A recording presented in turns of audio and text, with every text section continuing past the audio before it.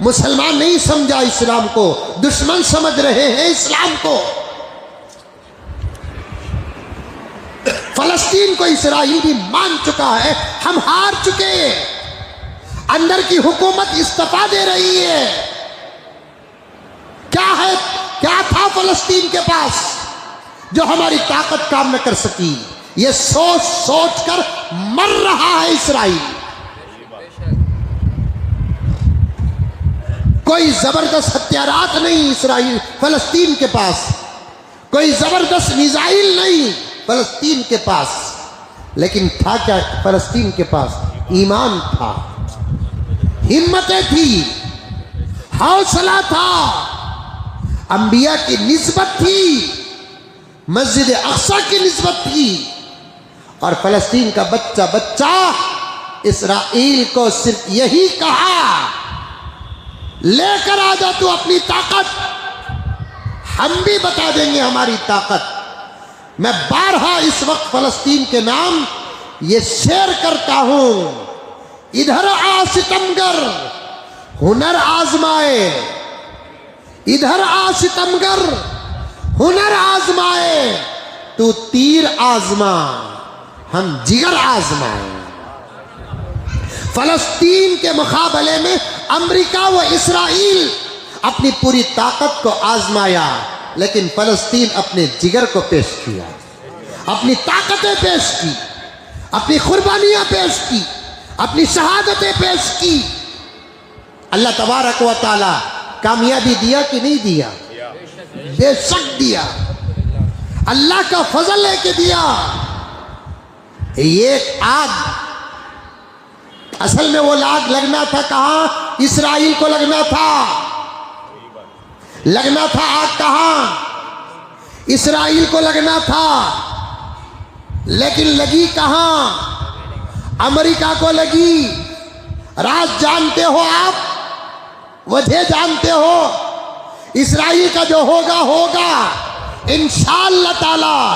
मैं तो इसराइल से कहना चाहता हूं, इब्तिदाए इश्क है रोता है क्या, आगे आगे देख के होता है क्या। अभी ये तो इब्तिदा है, अभी आगे देख। लेकिन आग जो लगना था वो इसराइल को लगना था, लेकिन लगती है कहां? अमेरिका को लगती है, वो भी आग। यहां दो बातें अर्ज करता हूं मैं, तवज्जो के साथ सुने, पढ़े लिखे लोग सुने, यूट्यूब देखने वाले लोग सुने, तज्जिया करने वाले लोग सुने, इस आजिज का तज्जिया भी सुने। आग अमेरिका को लगी क्यों, कैसे लगी बाद में बताऊंगा, लेकिन लगी अमेरिका को क्यों? दुश्मन फलस्तीन का कौन था मुकाबले में? इसराइल था, लेकिन लगी आग किसे? अमेरिका को लगी। क्यों? अल्लाह का एक उसूल है, दुश्मनों को सजा बाद में देता है, मुनाफिकों को पहले देता है। दुश्मन इसराइल था, मुनाफिक अमेरिका था। इधर आता तो फलस्तीन की हमदर्दी पेश करता, उधर जाता तो इसराइल की पुष्पनाही करता। इन्नल मुनाफिकीन फी दरकिल अस्फली मिनन नार, जहन्नम में भी सबसे खतरनाक अजाब काफिरीन और मुशरिकीन से भी ज्यादा सख्त तरीन अजाब मुनाफिकीन को दिया जाएगा। अल्लाह तबारक व तआला इसराइल से पहले अमेरिका को लगाया, एक चिंगारी थी वो, इसके अलावा और कुछ नहीं। अभी बहुत कुछ होना है, तौबे का दरवाजा खुला है, माफी का दरवाजा खुला है। बदल गए तो बदल गए, वरना देखना इससे बड़े हालात का सामना दुश्मनों को करना पड़ेगा। हमारे अभी आए नहीं, ये तमाम हालात आसार बता रहे हैं हमारे बड़ों के आने का वक्त करीब आ चुका है। आग लगी,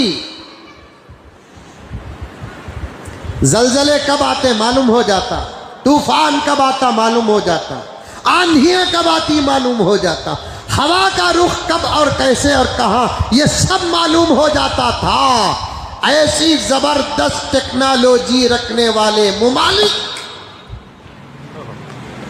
8 दिन से अब तक ये मालूम कर न सके कि आग लगी कैसे। 8 दिन से ये मालूम कर न सके आग लगी कैसे।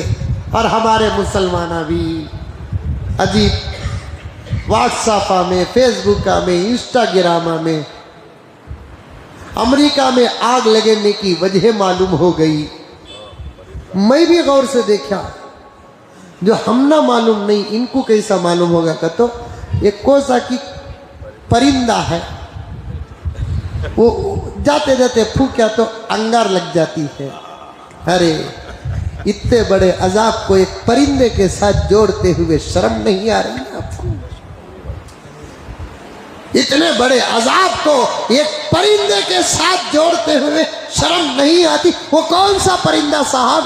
1 2 3 हमने भी लाखों दियो।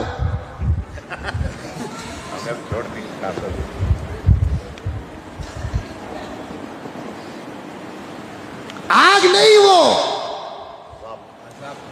अजाब है। लगाने वाला परिंदा नहीं, खुदा है। किसी शायर ने कहा, हैरान नहीं हम तेरी तबाही पे ऐ जालिम, हैरान नहीं हम तेरी तबाही पे ऐ जालिम, तू कहर इलाही के शरारों से जला है। हैरान नहीं हम तेरी तबाही पे ऐ जालिम, तू कहर इलाही के शरारों से जला है। तदबीर का पानी तुझे किस तरह बुझाता, तदबीर का पानी तुझे किस तरह बुझाता। तू आग नहीं, तू आग नहीं, आह के शोलों से जला है। फलस्तीन के मासूम बच्चों की आहें, अमेरिका का वो शहर जहां बॉलीवुड नहीं हॉलीवुड रहते हैं, बड़े बड़े होटल्स, अय्याशी के अड्डे, बड़े बड़े मॉल्स। एक जगह पर मौलाना तकी उस्मानी साहब दामद बरकातुहू ने कई साल पहले लिख दिया, लॉस एंजल्स के बारे में, दुनिया का बड़े बड़े लोगों के रहने का शहर है। वहाँ सारी दुनिया के बादशाहों के महल्लात वहाँ रहते हैं। यहाँ तक के जजीरतुल अरब, सऊदी अरब के फरमा रवाओं के महल्लात भी वहाँ रहते हैं। अय्याशी का क्या कहना, बच्चों के सामने वहाँ की अय्याशी को बयान कर दिया जाए, बालिग होने में देर नहीं लगेगी। औलिया के सामने वहाँ की अय्याशी का जिक्र किया जाए तो विलायत को खतरा भी मुमकिन। हराम माल का खर्च अगर देखना है, लॉस एंजल्स जहां के शॉपिंग मॉलों में 10 रुपए की चीज 100 रुपए नहीं, लाख रुपए। 20 रुपए की चीज लाख रुपए नहीं, 1000 रुपये नहीं, लाख रुपये। पूरा मजमून है मेरे पास, मैं तफसील से जा नहीं सकता। ऐसे ऐसे मॉल्स और दुकान और शॉपिंग सेंटर्स जहां पैरों में पहनने वाले सॉक्स की कीमत लाख, 1.5 लाख, 2 लाख रुपए है। टाई की कीमत 3-3, 2-2 लाख रुपए टाई। सूट्स की कीमत 12-12 लाख रुपए, 15-15 लाख रुपए का सूट वहां के मालों में। एक ऐसा भी माल है, कहते वह था, कहते नहीं था। लॉस एंजल्स है नहीं था।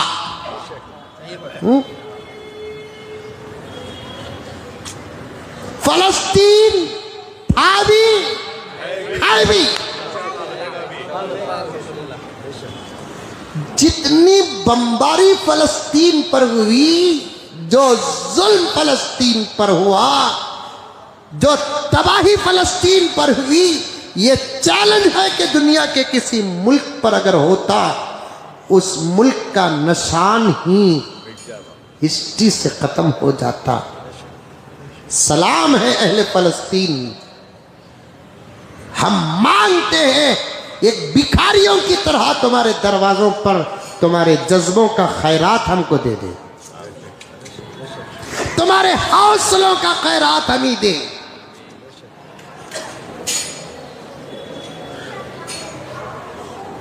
अरबी का एक मजमून है मेरे पास। अरब की एक दर्दमंद औरत ने, अरब की एक दर्दमंद औरत ने अपने शौहर से क्या कहा और शौहर ने अपनी बीवी से क्या कहा, सुनो। अरब की एक दर्दमंद औरत ने कहा, कालत ली ज़ौजती, अपने शौहर से कहा, इंदा मा तंतहिल हरब सनहजुरु अतफालन ईतामन मिन गज़्ज़ा। अरब की एक दर्दमंद औरत ने कहा, जब फलस्तीन में जंग खत्म हो जाए तो हम फलस्तीन जाकर वहां से यतीम बच्चों को लाकर उनकी परवरिश करेंगे। ए बच्चे कौन रहे वो, बराबर आ रही ने का आवाज़।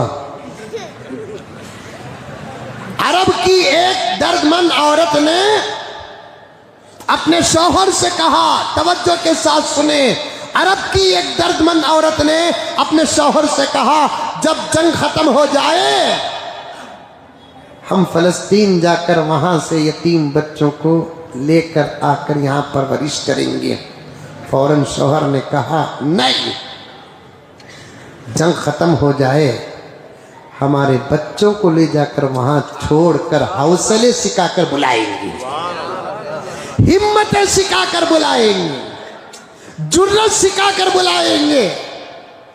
15 महीने की जंग, बेयारो मददगार, अल्लाह का भरोसा हाथ में, नबी का दामन हाथ में, दुनिया के 2 जबरदस्त सुपर पावर मुल्क, जिसको एक बाप कहते हैं दूसरा बेटा कहा जाता है। मेरा इशारा समझे, इसराइल और अमेरिका का आपस में ताल्लुक बाप बेटे की तरह है। जायज है कि नाजायज है वो फैसला आपके हाथ में है। इससे बड़ी ताकतवर दूसरे कोई मुमालिक नहीं है। और हमारी तहकीक भी यही है कि इसराइल के पास जबरदस्त ताकत है, जबरदस्त ताकत है इसराइल के पास। हमारी तहकीक भी यही है कि जबरदस्त ताकत है इसराइल के पास। कैसी ताकत? इसराइल की पीठ पर हाथ रखने वाला अमेरिका नहीं है, इसराइल की पीठ पे हाथ रखने वाला जापान और चाइना नहीं है, इसराइल के पीठ पर हाथ रखने वाला ऑस्ट्रेलिया न्यूजीलैंड नहीं है, इसराइल के पीठ पर हाथ रखने वाला दज्जाल है, दज्जाल। सारी दुनिया के मुल्कों में इसराइल पावरफुल मुल्क है जिसका ताल्लुक दज्जाल से है। इतनी जबरदस्त ताकत रखने वाला मुल्क भी आखिर हार कर घुटने मान चुका है। कहने लगा कि आखिर फलस्तीन के पास क्या है, ये हमारी समझ से बाहर है। उसे समझने के लिए हमारे पास जवाब आसान है। फलस्तीन के पास क्या है उसे समझना है तो फिर एक जुमला अदा करो और दाखिल हो जाओ, ला इलाहा इल्लल्लाह मुहम्मद रसूलुल्लाह। कैदियों को छोड़ा गया, फलस्तीन इसराइली कैदियों को छोड़ा, इसराइल फलस्तीनी कैदियों को छोड़ा। शर्म आनी चाहिए, दुनिया को शर्म आनी चाहिए, इस्लाम को दहशतगर्द कहने वालों को शर्म आनी चाहिए, मुसलमानों को दहशतगर्द कहने वालों को शर्म आनी चाहिए। इधर से इसराइल ने फलस्तीनी कैदियों को छोड़ा, उधर से फलस्तीन ने इसराइली कैदियों को छोड़ा। मीडिया कहाँ है? कहाँ है मीडिया? ये बातों को इजहार क्यों नहीं करती? इधर से इसराइल ने फलस्तीनी कैदियों को छोड़ा, मर्द और औरत दोनों को, उधर से फलस्तीन ने इसराइली कैदियों को छोड़ा। इसी पर तो बात तय हुई। इधर जब इसराइल फ़लस्तीनी कैदियों को छोड़ा, फ़लस्तीन को जब कैदी आज़ाद होकर गए, फ़लस्तीन वालों ने उनका इस्तकबाल किया, पूछा कि कैसे थे, तो साफ साफ उन्होंने कहा मज़ा मा मज़ा, जो हुआ सो हुआ, छोड़ दो। अल्लाह का करम है कि अल्लाह ताला ने रिहाई के फैसले कर दिए। तुम यहाँ रहकर जुल्म सह रहे थे, हम वहाँ रहकर जुल्म सह रहे थे। मज़ा मा मज़ा, तुम यहाँ रहकर जुल्म सह रहे थे, हम वहाँ रहकर जुल्म सह रहे थे। कुर्बानियों में हम तुम बराबर हैं, शहादतों में हम तुम बराबर हैं, सबर में हम तुम बराबर हैं। अल्लाह का करम है, कोई तुम्हारे से वहां गया, कोई हमारे से तुम तक आया। अब मत पूछो हमारे साथ क्या हुआ। फलस्तीनी जब पूछे अपने रिहाशुदा भाई और बहनों को तुम्हारे साथ क्या हुआ, तो हमारे फलस्तीनी भाइयों ने जवाब क्या दिया, मत पूछो, जालिम से, दुश्मन से, इसराइल से अदब की क्या उम्मीद है, रहम की क्या उम्मीद है, करम की क्या उम्मीद है, अच्छे खाने पीने की क्या उम्मीद है, छोड़ो। अब आगे का देखो, हमारे मुल्क को अब हम फिर से तरक्की करना है। आने वालों ने पूछा, खबर तक नहीं पहुंच रही थी, हमको हमारे घरों की फिक्र नहीं, ये बताओ कि बैतुल मक़दिस का क्या हाल है। सलामत अल्लाह का फजल। इधर से आने वालों को इधर वाले पूछे, अहले फलस्तीन पूछे, तो जवाब ये आया। अब फलस्तीन से इसराइली रिहा होकर जब गए, तो इसराइल ने पूछा तुम्हारे साथ क्या सलूक हुआ। तो एक औरत, एक लड़की, मेरे पास तस्वीर है, उसका पूरा रिपोर्ट मेरे पास मौजूद है।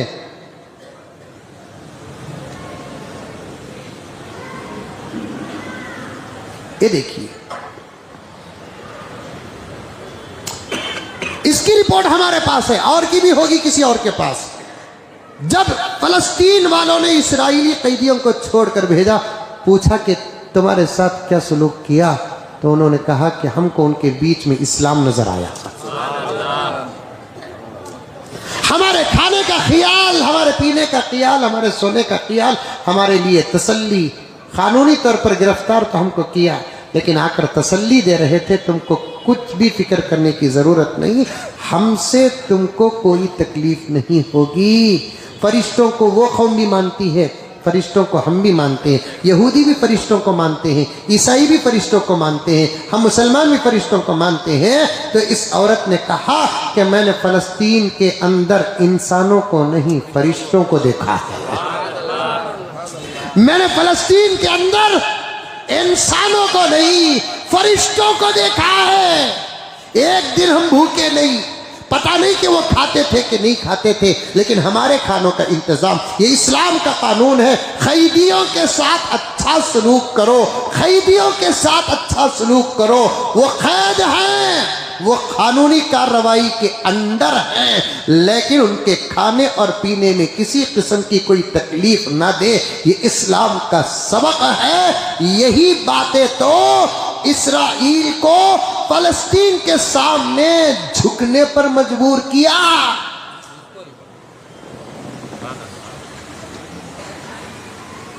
झुकने पर मजबूर किया। आग लगी। ऐसा माल भी है लॉस एंजलिस के अंदर, एक बहुत बड़ा हाल। अल्लाह के अजाब से बचो, उसके झटके बर्दाश्त करने की ताकत बड़े बड़े ताकतवरों के पास नहीं है, हमारे पास कहाँ होगी। इन्ना बत्शा रब्बिका लशदीद, बार बार कुरान में अल्लाह ताला कहता है तुम्हारे रब की पकड़ बहुत सख्त है, उसकी चिंगारी तुम्हारे लिए आग है। मान चुके हैं और वहां आग लगी, अब तक वजह मालूम नहीं। अच्छे अच्छों का मुंह इस वक्त बंद है, ये तुम्हें समझ जाओ। नहीं समझे? हाँ, अब तो अच्छे अच्छे नतीजे निकाल रहे हैं। आग आग से नहीं लगती, आग आह से लगती है। आग आग से नहीं लगती, आग आह से लगती है। आह किसी की भी हो, लग कर रहेगी। ये जुमला याद रखना, अमानत है तुम्हारे पास मेरे प्यारों। मुझे जब वक्त मिलेगा तो मैं और भी इसकी तशरीह करूंगा। हर किसी के अंदर और बाहर की आहों से बचो। आग से आग उतनी नहीं लगती जो आह से लगती है। मुझे फलस्तीन की वो शहीदा बच्ची बार बार याद आ रही है। शहादत का जब वक्त उसका आया, कुछ जिंदगी के लम्हात बाकी थे, तो रोते हुए अपने जिम्मेदारों के बीच में रहते कहकर कहती है, मत रोवो, मैं अल्लाह के पास जाकर सब कुछ सुनाऊंगी। मैं अल्लाह के पास जाकर सब कुछ सुनाऊंगी। उसने सुनाया, अल्लाह ने उतारा। कैसे कैसे महल्लात आज उजड़ गए। फलस्तीन तो अल्हम्दुलिल्लाह सफाई से भी साफ हो रहा है। पता नहीं कि लॉस एंजल्स को साफ कैसे किया जाएगा, साफ कैसे किया जाएगा। अल्लाह का अजाब है, अल्लाह का अजाब है।